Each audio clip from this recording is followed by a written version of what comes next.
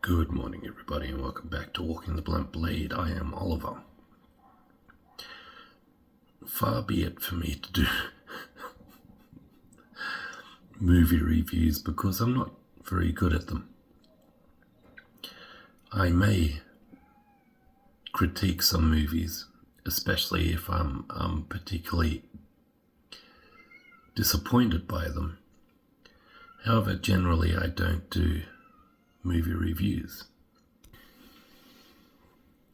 I have just finished watching the TV series of The Exorcist because it was recommended to me by one of my best friends, saying he was surprised by it. They only made 2 seasons. There's a reason for this, I imagine. The first season played off the original Exorcist movie,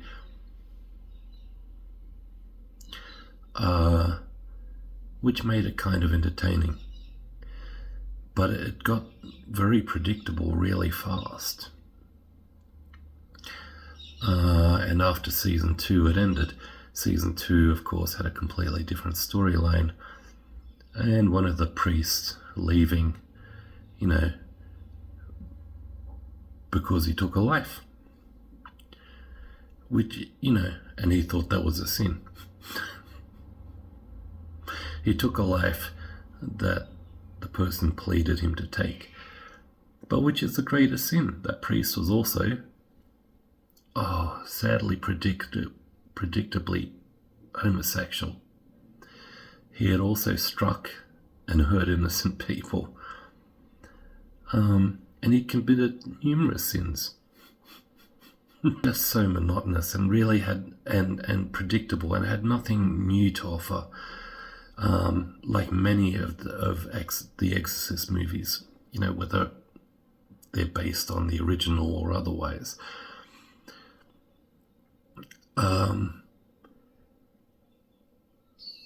One of the things I saw was the Catholic Church didn't like it and demanded it stop.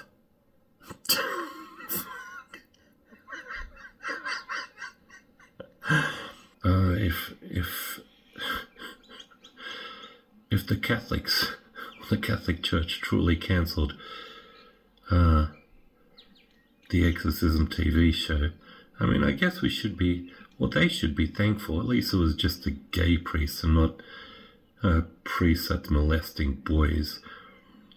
I guess further to that is this simple thought. The Catholics seem to claim to be the experts on exorcism, although many cultures around the planet perform these things. And of all the exorcisms I've seen, legitimate or otherwise, they all seem to be very lengthy and contorted and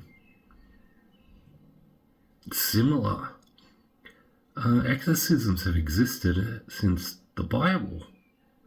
Jesus performed exorcisms, if my understanding is correct.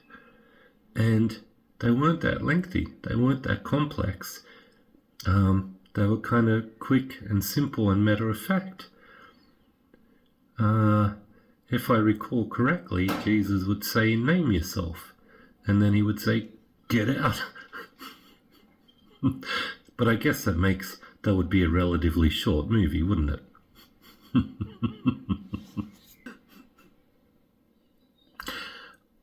But before I get going, I should say I really want to watch the movie with Russell Crowe, whom I personally don't like as an actor, called The Pope's Exorcist. I really can't wait to see that. I watched the original Exorcist when I was about 20, 21, and without a doubt, one of the most scary movies I've ever seen. Now, it was written by Peter William Blatty, I believe his name is, and he wrote that book having done a lot of research on exorcisms that have been performed. Hollywood in its wisdom, threw out a number 2. I watched about 10 minutes of it I just couldn't watch anymore. I just thought it was another, great big Hollywood mess up. Then Hollywood released The Exorcist 3, which I believe was also written by Peter William Blatty, which left off or took off where number one finished.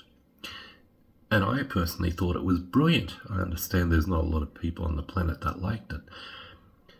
But without the visual gore, it had the auditory gore. It was nasty. And you could tell it was written by Blatty. And of course, again, it took up where number one ended.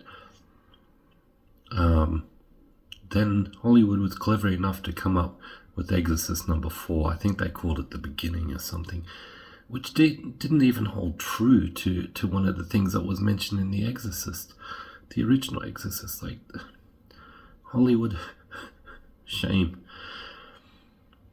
And along comes the TV show, which, was just average, to say the least. It was probably more exciting than The Exorcist 2 and 4. But,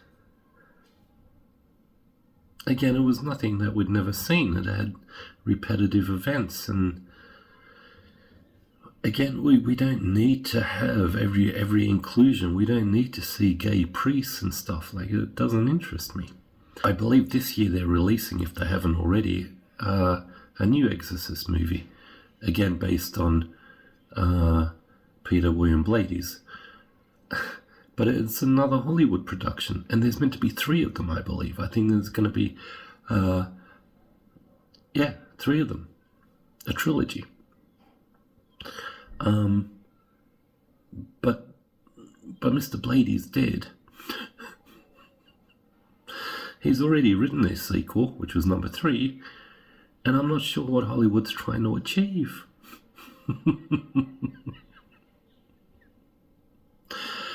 One of the Exorcist movies, not The Exorcist, but an exorcism movie I greatly enjoyed, was The Exorcism of Emily Rose.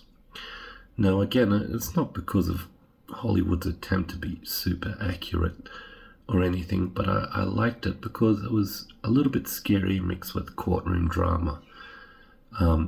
Fear, hope,